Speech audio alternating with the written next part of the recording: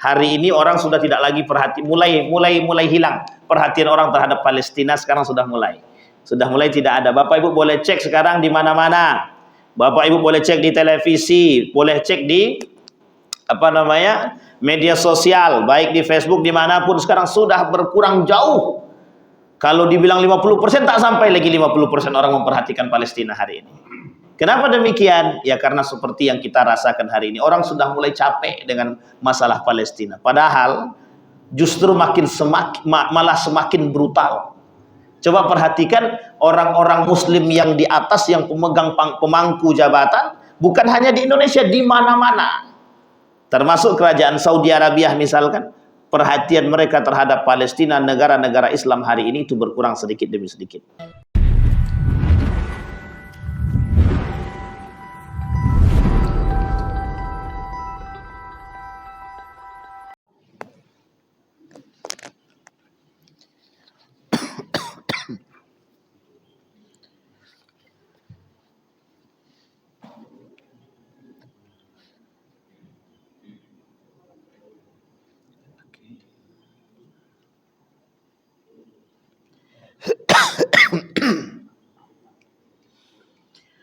A'udzu billahi minasy syaithanir rajim. Bismillahirrahmanirrahim. Assalamualaikum warahmatullahi wabarakatuh.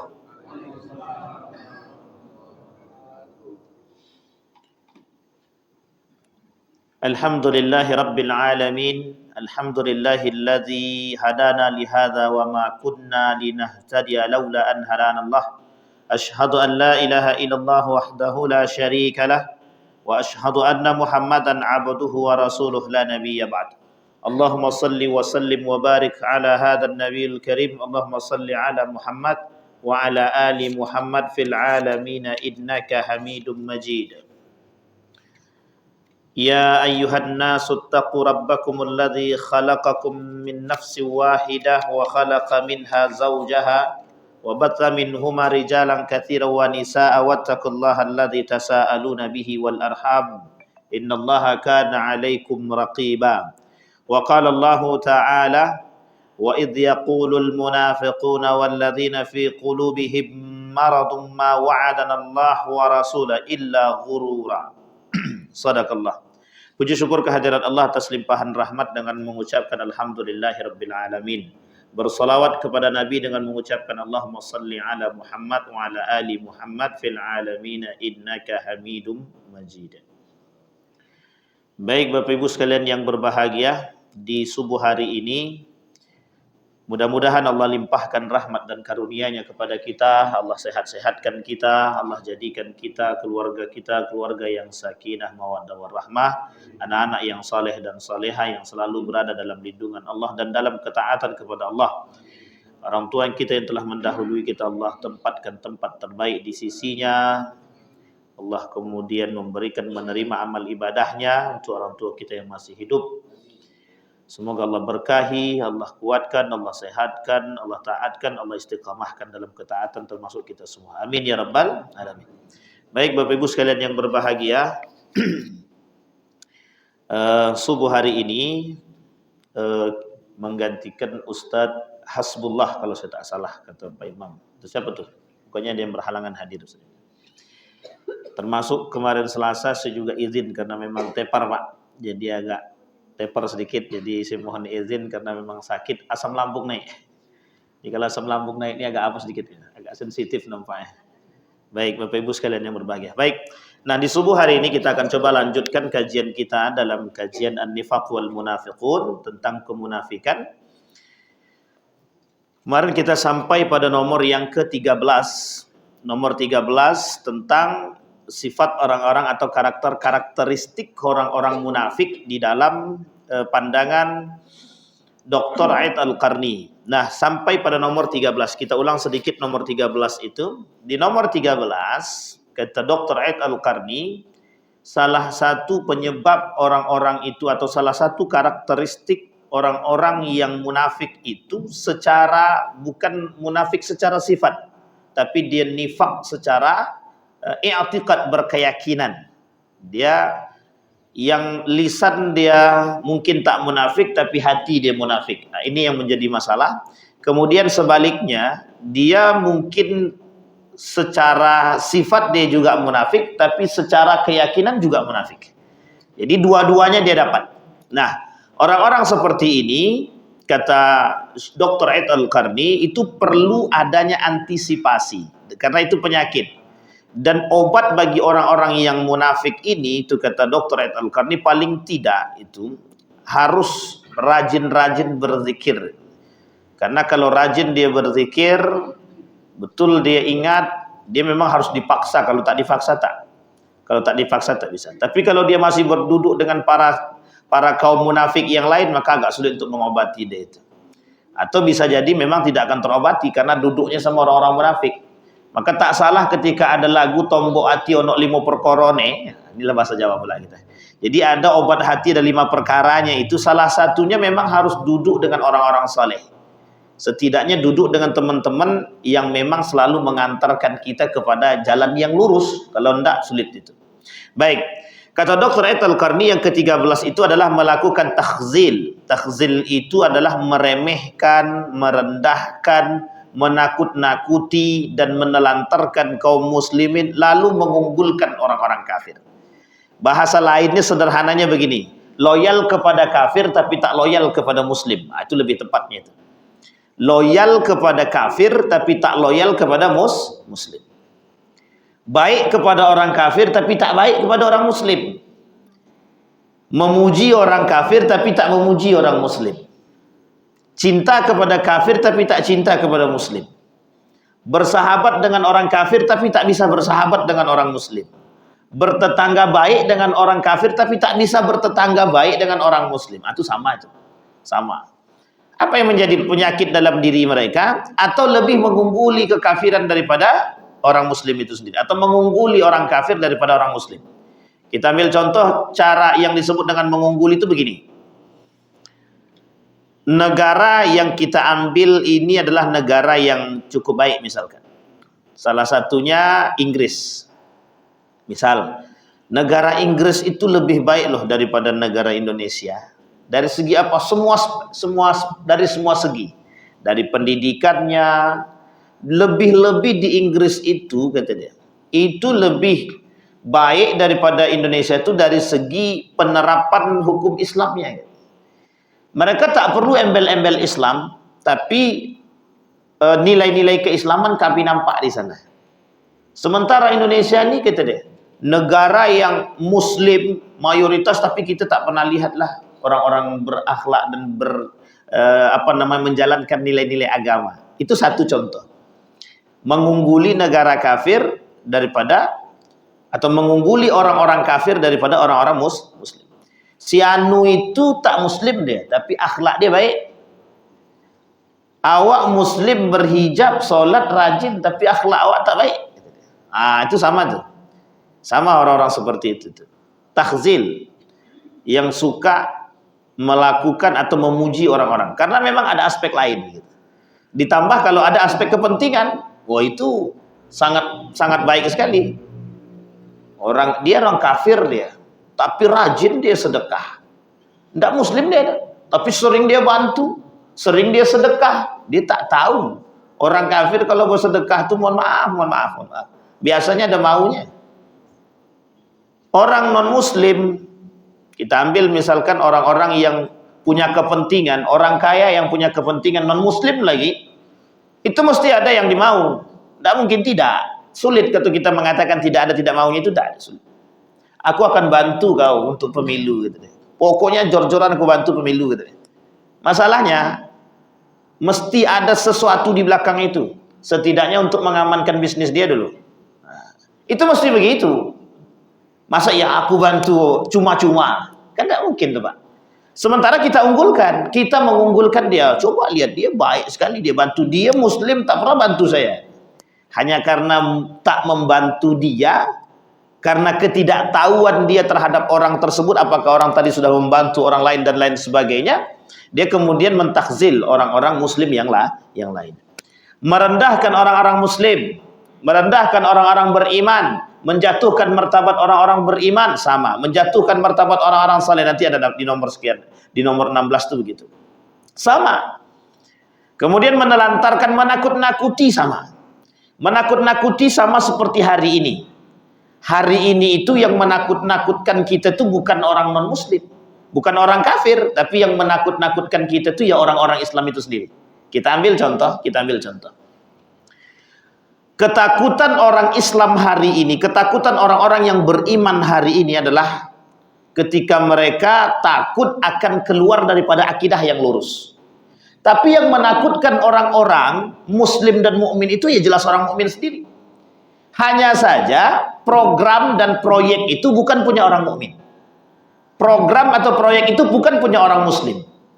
Proyeknya punya orang-orang yang Nasrani, Yahudi, Orientalis, tapi yang menjalankan proyek dan program tadi untuk menakutkan umat Islam tadi siapa?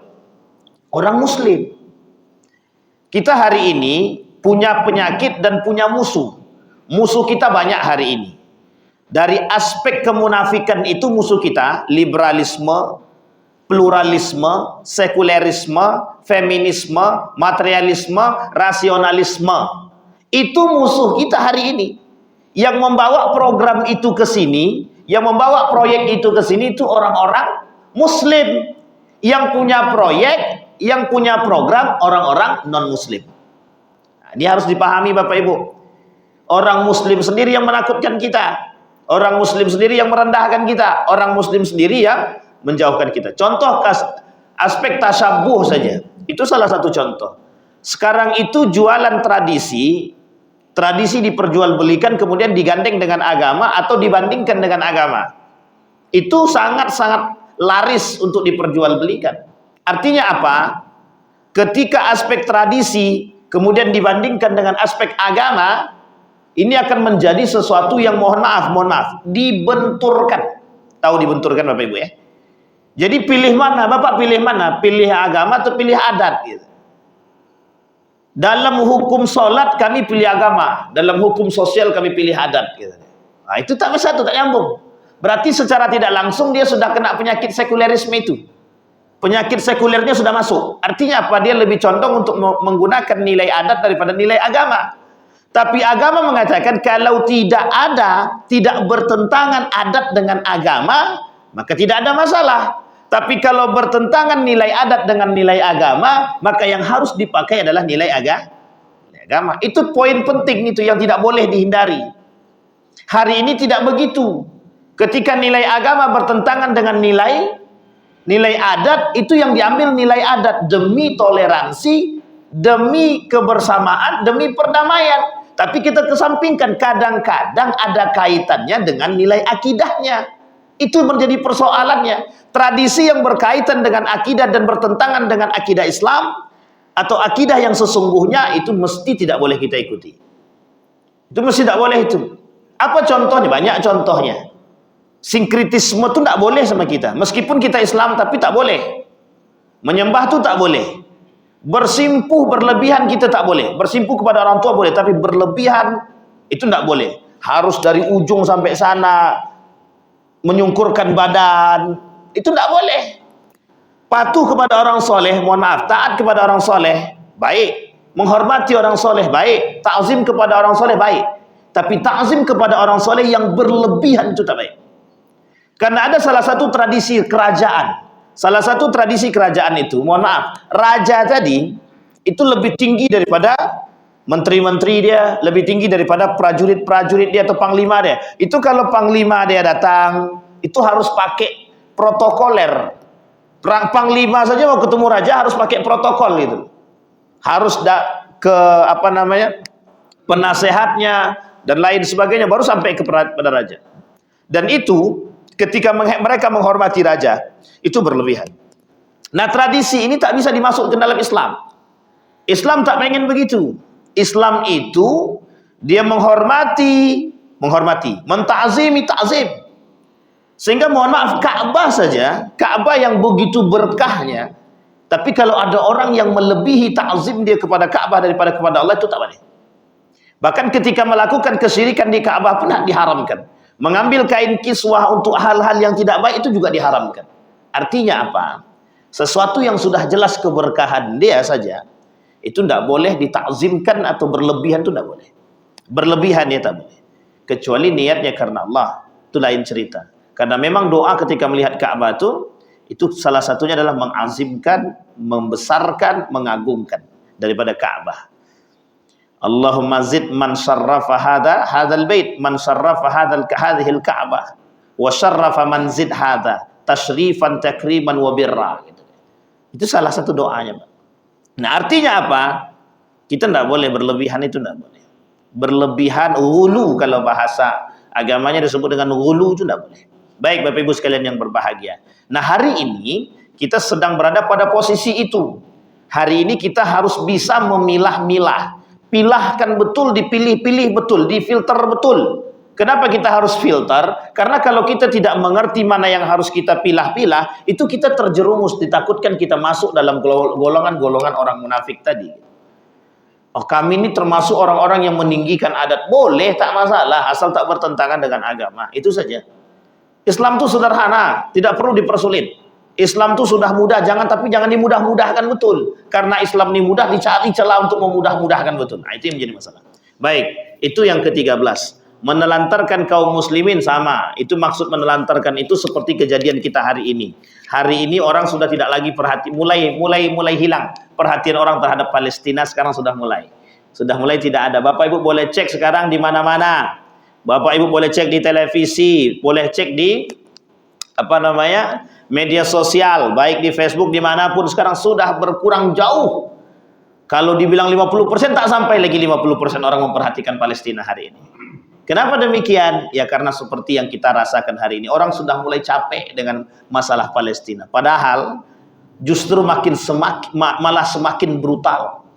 Coba perhatikan orang-orang muslim yang di atas, yang pemegang pemangku jabatan, bukan hanya di Indonesia, di mana-mana. Termasuk kerajaan Saudi Arabia misalkan, perhatian mereka terhadap Palestina, negara-negara Islam hari ini itu berkurang sedikit demi sedikit. Hanya saja ada beberapa negara Islam yang lain memang konsen di bidang itu. Memang mereka tetap ingin membantu, ingin tetap memerdekakan.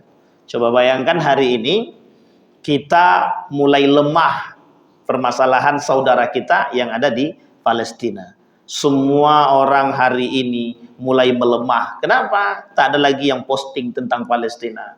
Tak ada lagi yang save Palestina. Kita dukung kemerdekaan Palestina. Tak ada lagi. Sedikit hanya berkurang. Kebetulan kemarin itu Ustadz Bakhtiar Nasir sengaja melakukan orasi bersama para polisi dan beberapa yang lain itu dengan moge motor gede, berharap mereka bisa menggunakan motor masuk ke negara Palestina, ke Baitul Maqdis. Karena hari ini Palestina yang hari ini tentara Israel mulai mencoba untuk masuk ke dalam Masjidil Aqsa, mulai mencoba masuk ke Baitul Maqdis. Hari ini mencoba untuk menjatuhkan dan meruntuhkan itu. Nah, kalau ini sudah dapat Bapak Ibu, kalau ini bisa mereka pegang, kita berdoa terus sekuat tenaga yang bisa kita lakukan. Hari ini kita bukan hanya pada aspek kemanusiaannya saja, Pak, tapi lebih tepatnya kepada Baitul Maqdisnya. Yang paling penting itu Baitul Maqdis. Hari ini ada beberapa asatid yang coba mengkaji al-ahadis al-arba'in al-maqdisiyah. Bapak Ibu sekalian yang berbahagia, kewajiban menjaga Baitul Maqdis itu bukan Palestina, bukan rakyat Palestina. Kewajiban menjaga Baitul Maqdis itu kewajiban umat muslim di seluruh dunia. Wajib. Lain waktu kita coba kaji kewajiban kita terhadap mengkaji kewajiban kita terhadap Masjidil Aqsa atau Baitul Maqdis tadi. Itu wajib Pak bagi kita menjaga, itu wajib. Bukan sunnah, bukan tidak ada, bukan mubah, wajib.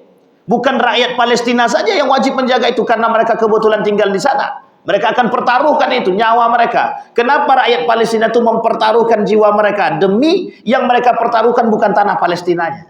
Yang mereka pertaruhkan adalah kiblat pertama kita, Baitul Maqdis. Maka hari ini Bapak Ibu, itu mereka sudah mulai masuk sedikit demi sedikit. Bapak Ibu jangan lihat di atasnya. Kalau Masjidil Aqsa atau Baitul Maqdis itu, jangan dilihat di atasnya. Orang ingin masuk ke dalam bawahnya. Itu yang menjadi masalah kita hari ini. Dan itu yang akan mereka grogoti terus. Kalau berhasil mereka memegang itu, habis. Habis. Sebenarnya mudah nggak sih bagi mereka untuk menakluk dan menghancurkan Baitul Maqdis? Mudah saja. Untuk menghancurkan, tinggal arahkan rudal. Tapi masalahnya bukan itu. Apa yang ada di dalamnya itu. Itu yang menjadi pijakan mereka hari ini. Mereka ingin buktikan apakah benar perkataan nenek moyang mereka terhadap Baitul Maqdis itu.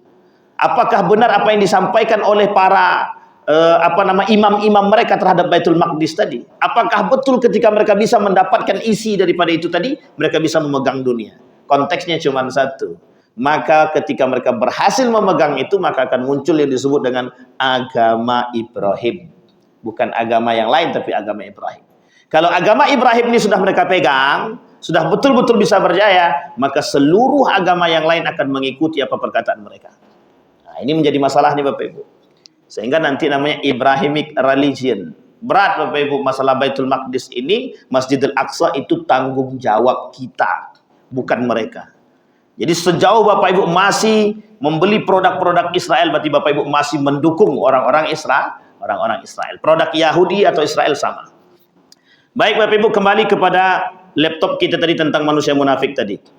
Dalam surat Al-Ahzab itu tentang perang Ahzab. Perang Ahzab itu nama lain daripada perang Khandaq. Juga terdapat kaum-kaum munafik yang juga ikut melemahkan orang-orang beriman ketika itu. Salah satu contohnya adalah ketika perang Ahzab tadi. Di dalam perang Ahzab itu ketika perang Khandaq, ketika Salman Al-Farisi memberikan ide kepada baginda Nabi Muhammad SAW, itu kaum munafik mengatakan begini kepada Nabi. Ngapain kita gali lubang? Capek-capekin aja. Namanya aja orang kafir, mereka itu mesti bisa memusuhi kita. Mereka punya banyak cara, mereka lebih baik dan lain sebagainya. Tapi apa jawaban Nabi ketika ide Salman Al-Farisi itu datang? Memang sebenarnya Nabi sendiri ragu. Kata Nabi ragu. Masalah selamat atau tidak selamat itu nanti dulu kata Nabi. Yang penting buat dulu. Tapi buatnya dengan cara masalah ketika menghancurkan batu besar yang ada di dalam parit itu. Bapak Ibu nanti kalau berangkat ke sana, itu kan kelihatan itu. Di sekelilingnya itu ada batu-batu yang besar kan. Gunung-gunung itu kan batu tuh yang ada di sana, di sekeliling masjid itu dan dibangun itu. Bayangkan menggali batu itu, bagaimana rasa susahnya itu.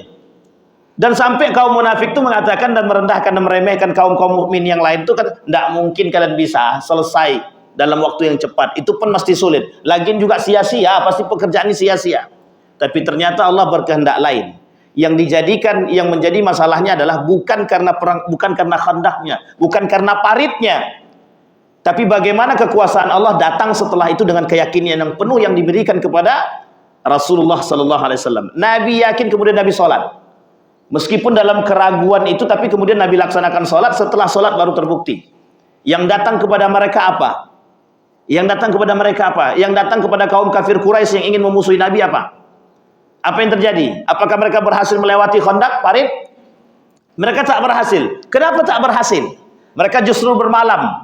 Ketika mereka bermalam itu dulu padang pasir. Ketika mereka bermalam disitulah kemudian Allah datangkan angin. Yang angin tadi bisa mengangkat debu-debu tadi atau pasir-pasir tadi. Itulah ketakutan mereka. Sehingga dianggap sebagai bukan hujan pasir, angin, seperti angin topan lah begitu, yang mengangkat pasir-pasir tadi. Mereka ketakutan, termasuk kuda-kuda yang mereka tunggangi itu ketakutan, sehingga apa yang terjadi, mereka putuskan untuk kembali. Disitulah keselamatan yang datang. Sementara kaum munafik tidak pernah percaya dengan kondisi ini, mustahil. Padahal yang Allah datangkan angin, bukan berperangnya. Kalau berperang mustahil. Tapi kalau seandainya itu tidak lama, kita anggap, tapi kita nggak boleh berandai-andai. Kalau kita pikirkan cuma 2 kali lewat, atau cuma mungkin ambil 2 minggu, itu mereka bisa melewati itu, Pak. Kenapa kita katakan bisa melewati itu? Banyak cara yang bisa mereka lakukan. Tapi ternyata di dalam kubu mereka sendiri, di dalam kubu orang mukmin itu, dalam perang Ahzab itu, ternyata kaum munafik itu ada yang bekerja sama dengan kaum kafir Quraisy tadi. Nah, jadi begitu Bapak Ibu. Cara untuk menjatuhkan Islam itu harus pasang mata-mata dulu. Penting pasang mata-mata. Iya, kalau enggak mereka enggak tahu apa tujuan kita. Maka mereka tempatkan orang-orang tangan mereka dari kalangan orang-orang yang beriman. Dari kalangan orang-orang muslim. Bukan orang beriman ya, orang muslim. Kenapa tujuannya? Untuk mencari titik kelemahan kita. Sehingga itu tujuan kaum munafik. Kaum munafik yang ada di sekeliling kita begitu. Mereka akan cari titik lemah kita untuk menjatuhkan kita. Itulah orang-orang munafik. Kemudian yang ke-14 al-irjaf. Irjaf itu artinya menyebarkan berita bohong. Wal murjifuna fil Madinah. Kata Allah di dalam Al-Quran itu ada orang-orang yang murjifun, yang suka menyebarkan berita bohong. Dan ini sering terjadi itu, dan itu dilakukan oleh kaum munafik. Ketika 40 orang itu yang terindikasi kemunafikan oleh baginda Nabi Muhammad SAW dikumpulkan oleh Nabi di Masjid Nabawi. Disebutkan oleh Nabi, saking dongkolnya Nabi, sudah saking dongkolnya hati Nabi itu, mereka yang selalu menebarkan kebohongan itu, fitnah terhadap Nabi, fitnah terhadap Aisyah, fitnah terhadap Abu Bakar, fitnah terhadap Umar, fitnah terhadap Utsman, fitnah terhadap para sahabat-sahabat yang lain. Itu yang melakukan siapa? Yang buat siapa? Itu yang buat siapa semua? Orang munafik. Orang-orang munafik. Hari ini kan begitu keadaan kita hari ini, Pak.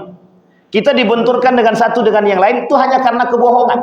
Coba bayangkan hari ini kita berantem dengan saudara sendiri itu karena kebohongan. Kita berantem terhadap sesama keluarga itu karena kebohongan. Kita berantem sesama muslim karena kebohongan. Berita bohong yang mereka sebarkan, ketakutan dan lain sebagainya, bahkan mereka membesar-besarkan berita tersebut. Misal, ketika mereka tahu misalkan si A itu berbuat zina, misal bagi mereka padahal itu tuduhan, belum tentu kebenaran, dan itu akan mereka sebarkan. Ketika mereka menyebarkan mesti ada tambahan. Sama seperti seorang ulama, bukan ulama, kalau saya tak salah itu, dalam satu cerita itu ketika ada seorang raja yang mengatakan kepada menterinya itu tentang kebaikan masalah sholat.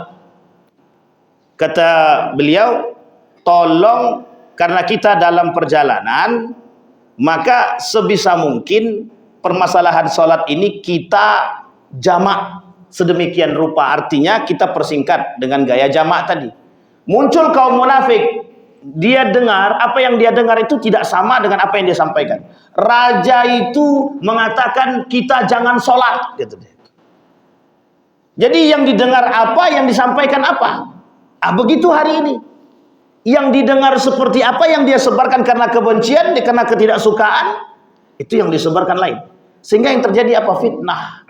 Nah, itulah yang dilakukan oleh kaum munafik. Mereka selalu menebarkan kebohongan. Dan itu ketika mereka menebarkan kebohongan itu yang menjadi masalah. Orang yang mendengarkan itu kadang-kadang mudah cepat percaya. Nah, itu masalah kita hari ini, Pak. Oh iya ya, si Anu itu pendusta, kata dia. Si Anu tuh tadi habis berdusta dia, gini. Kita yang dengar nih, masa iya, Pak? Iya, wallahi, bersumpah pula dia tadi. Aduh, gawat nih. Dah percaya kita. Ditambah dengan sumpah palsu. Kita yang percaya. Kemudian sifat orang munafik yang lain, al-i'tiradu 'anil qadar. Mereka yang mengingkari takdir. Orang munafik tak percaya dengan takdir. Takdir itu tidak percaya dia. Dia percaya dengan akal. Ingat Bapak Ibu, orang munafik itu tidak percaya takdir. Orang munafik itu percaya dengan akal. Kalau tidak bisa kami terima dengan akal, itu mustahil bagi kami. Makanya mohon maaf, salah satu karakter orang-orang munafik itu, sholat itu cuma sebagai kewajiban untuk menampakkan di hadapan kaum mukmin kalau kami sholat. Tapi tidak pernah percaya akan apa yang disampaikan dan diturunkan oleh Allah. Mereka tak percaya. Makanya tak percaya dengan takdir. Sesuatu yang tidak masuk akal, tidak masuk ke dalam akal mereka, tidak mereka terima. Makanya mereka tidak mau menerima sesuatu yang tidak masuk akal. Seperti misalkan orang kentut, itu yang dibasuh apa? Apakah tempat kentutnya? Tidak. Yang dibasuh mukanya, tangannya. Artinya apa? Wudhu kembali. Ada kaitan wudhu itu dengan, mohon maaf, ada kaitan wudhu dengan tempat kentutnya, tempat keluar anginnya? Tidak. Itu tak masuk akal bagi mereka. Dan itu dipertanyakan oleh mereka. Oleh orang-orang munafik dipertanyakan, ngapain? Oh, sholat lain, ini lain, gitu. Itu orang muslim, orang mukmin yang mempertanyakan itu. Kira-kira kalau dengan logika betul apa salah? Betul, Pak, kalau dengan logika. Iya juga ya, gitu. Kenapa tak mandi saja? Sehingga muncul pendapat mereka, mandi lebih baik daripada wudhu. Kenapa gitu? Karena semua basah. Termasuk tempat-tempat itu tadi. Nah, itu bayangkan. Kalau kita nalar berpikir mereka, iya. Tapi ingat, tidak semua itu bisa dinalar dengan akal. Orang-orang yang munafik ini, mereka tak percaya dengan takdir. Yang mereka percaya adalah satu, hukum kausalitas. Tahu Bapak Ibu kausalitas? Sebab akibat. Padahal tidak semuanya begitu, Pak. Hukum kausalitas itu perlu kita percayai, tapi ingat, di atas hukum itu masih ada Allah yang kadang-kadang bisa kita nalar, kadang-kadang tidak bisa kita nalar. Ada orang, mohon maaf, tidak pernah belajar, Pak. Kawan saya itu masuk kelas dia tidur, di rayon dia tidur, di maskan apa namanya, di asrama dia tidur, Pak, juara satu kelas.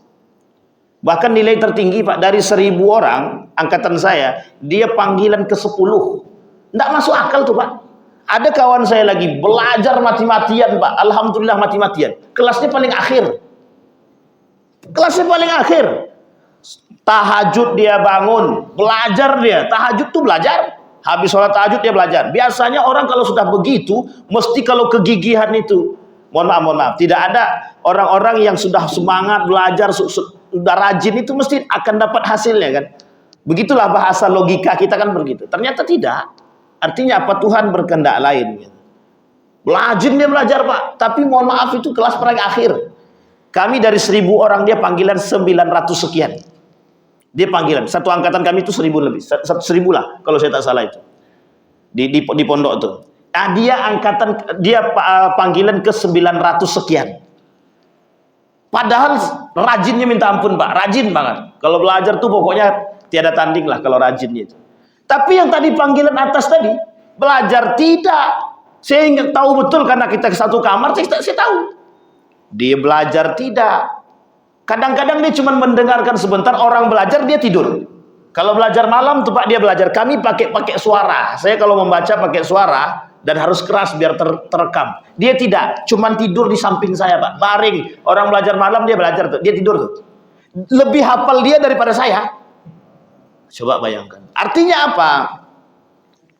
Satu sisi kita butuh kekuatan Allah yang tidak bisa kita, bukan satu sisi. Memang kita harus butuh kekuatan Allah gitu.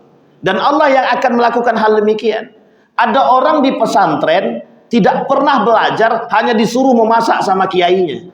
Tapi karena mohon maaf doa kiai dia lebih pintar daripada murid yang lain. Padahal tak pernah buka buku. Artinya apa? Ada yang lain yang bisa membuat mereka lebih gitu. Jadi itu tak percaya mereka. Makanya kaum kafir itu, kaum munafik itu, satu pernyataan mereka yang mereka sampaikan, kalau Anda tidak belajar maka Anda tidak akan pintar. Hari ini kita ditodong demikian. Kalau Anda tidak makan, Anda mati. Kalau Anda tidak minum, Anda mati. Betulkah pernyataan demikian? Salah. Itu pernyataan yang paling salah. Itu bahasa yang paling merusak. Yang dirusak bukan akal, tapi yang dirusak adalah akidah kita. Yang mencerdaskan orang Allah, yang mengenyangkan orang Allah, yang menghilangkan aus orang Allah. Tapi kan wasilahnya minum, betul. Kalau begitu kita bicara maka betul. Makanya sebelum minum kita perlu doa. Bismillahirrahmanirrahim. Sama doa makan, doa minum sama. Artinya apa? Ketika kita berdoa sebelum makan dan minum, kita berpikir begini, bahwa Allah itulah yang akan mengenyangkan kita dan menghilangkan aus kita. Coba bayangkan aspek dan dampak daripada perbuatan mereka. Hari ini dampak dari perbuatan kaum munafik menghilangkan akidah tadi bagaimana? Sederhana. Kalau Anda tidak belajar, Anda bodoh. Ada enggak unsur akidahnya hilang di situ? Ada atau tidak, Pak? Unsur akidahnya hilang? Ada. Orang percaya pada akal, orang percaya pada logika, orang percaya hukum kausalitas, tapi orang tak percaya pada hukum Allah. Akhirnya apa yang terjadi? Hari ini begitu cara pemahaman orang. Makanya ketika diluruskan menjadi aneh bagi mereka. Apa diluruskan? Nah, yakinlah kepada Allah bahwa Allah akan memintarkanmu kalau engkau bisa belajar dengan baik dan dihadiri di dalam dirimu tuh niat karena Allah. Ah, itu yang harus kita ajarkan. Belajar nak. Kalau tidak belajar kau bodoh nanti. Sehingga anak ini tadi, mohon maaf, di dalam otaknya tercuci sudah. Dan itu yang kita rasakan, termasuk saya, Pak. Artinya apa?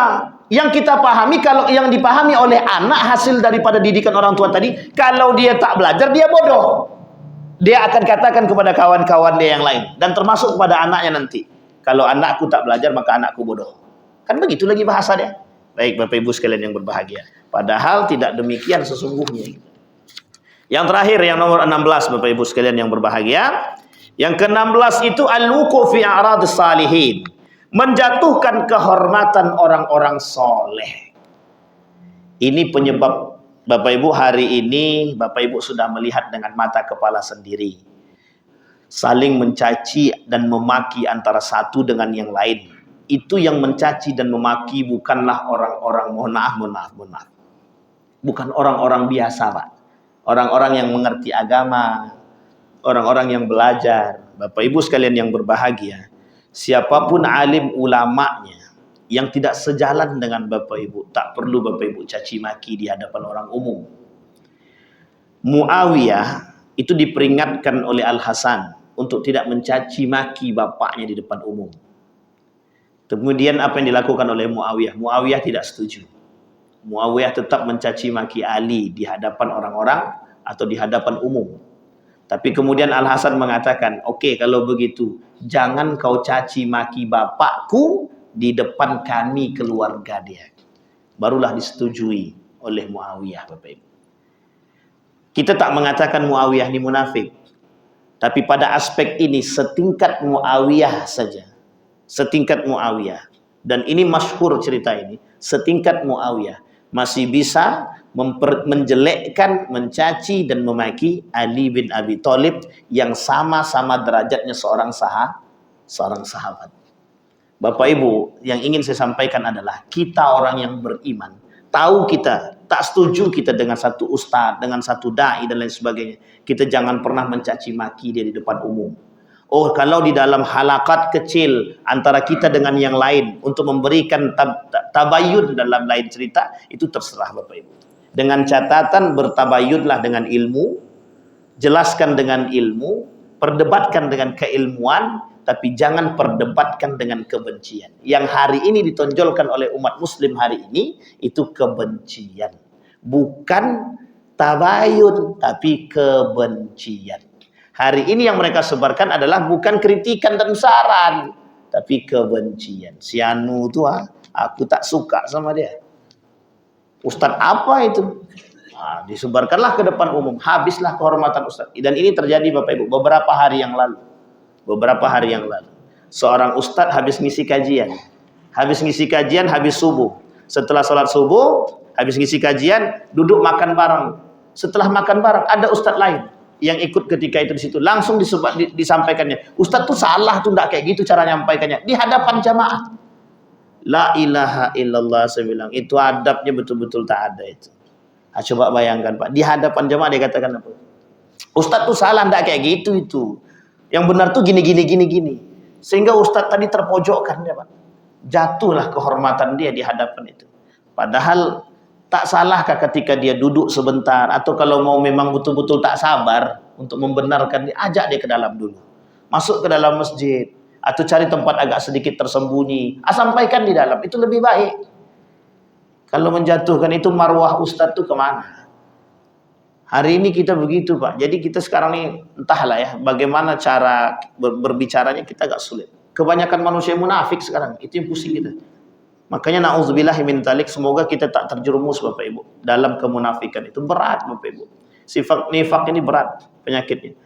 Ma salakakum bi alsinatin hidadin ashihatin alal khair ulaika lam yu'minu fa ahbatallahu a'malahum wa kana dzalika 'ala Allahi yasir, kata Allah. Teruslah kalian seperti itu. Tergelincirlah kalian terus seperti itu, kata dia. Dalam kemunafikan, aku tak akan terima amal ibadah kalian, kata Allah. Allah sendiri bilang aku tidak akan terima. Habitat a'malahum, semua amal ibadah kalian aku hapus. Bagi Allah itu mudah sangat untuk menghapus amal ibadah kita Bapak Ibu. Illa man taba, kecuali mereka yang bertaubat. Artinya apa Bapak Ibu sekalian yang berbahagia? Tidak menutup kemungkinan hal-hal demikian itu terjadi. Sangat mungkin. Apalagi hari ini zaman yang serba fitnah itu. Zaman fitnah ini itulah zaman-zaman yang bisa melakukan apapun. Dan mohon maaf, kita hanya berantem dengan saudara kita sendiri. Kita tak berani. Kalau bahasa orang kampung hari ini tuh berani di kandang tapi tak berani di luar. Kita tak berani dengan kafir Quraisy hari ini. Kita lemah. Tapi kita berani sesama muslim. Pasang badan. Siapa dia? Tapi coba dengan kafir Quraisy. Begini kita, Pak. Cuma tinggal tangan. Itu terjadi, Bapak. Itu sudah terjadi. Hari ini kita begini sama orang kafir Quraisy. Tidak begini kita. Begini. Tapi sesama muslim begini. Siapa yang berani mengganggu saudaraku? Padahal muslim itu saudara dia juga. Tapi mereka pasang badan semua. Siapa mereka? Munafik. Siapa mereka? Orang-orang munafik. Bapak Ibu sekalian yang berbahagia, mudah-mudahan ada manfaatnya bagi kita semua, mudah-mudahan ada berkahnya bagi kita semua. Kita berdoa kepada Allah. A'udzubillahi minasyaitonirrajim. Bismillahirrahmanirrahim. Hamdas syakirin, hamdan naimin, hamdan yuwafi ni'amah wa yukafi'u mazidah. Ya Rabbana lakal hamdu kama yanbaghi li jalali wajhikal karim wa azim sultanik. Allahumma salli ala Muhammad wa ala ali Muhammad fil alamin innaka Hamidum Majid ya Hayyun ya Qayyum ya Fattah ya Alim ya Aziz ya Ghaffar ya Rabbal alamin. Allahumma jannibna min munkaratil akhlaq. Allahumma jannibna minan nifaq war riya was-sum' wat takabbur ya Rabbal alamin. Allahumma hasidna, Allahumma qina ya arhamar rahimin. Allahumma ighfir lana dhunubana wa kaffir 'anna sayyi'atina wa tawaffana ma'al abrar. Allahumma ansur ikhwanana al-mujahidin fi Palestin wa fi Gaza wa fi kulli makan. Allahumma dammir al-yahud, Allahumma ahlikil kafarata wal mubtadi'ata wal musyrikin. A'da'aka a'da'ad-din. Allahumma ya Rahman, Allahumma ya Rahim, iftah lana abwab ar-rahmah, abwab an-ni'mah wa abwab ar-rizq wa abwab at-taubah ya rabbal alamin. Allahumma ij'alil Qur'an al-'azim rabi'a qulubina wa nura sudurina wa jilaa ahdanina wa dhihaba humumina wa ghumumina. Allahumma faqihna fid din wa limna ta'wil. Rabbana atina fid dunya hasanah wa fil akhirati hasanah wa qina azabannar. Walhamdulillahirabbil alamin. Assalamualaikum warahmatullahi wabarakatuh.